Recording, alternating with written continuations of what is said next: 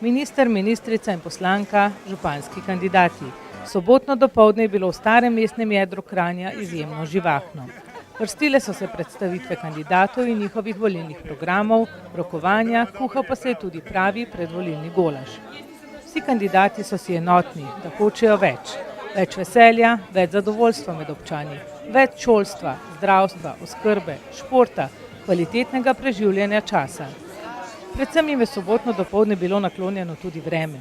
Tudi v tem tednu imajo predvidenih več srečanj, že jutri na temo gospodarstva, Kranj kot enovit gospodarski ekosistem. Več združenja z obetajočimi slogani pa se zopet obeta v soboto, saj so volitve s številnimi predstavitvami še dodatno oživile staro kranjsko mestno jedro.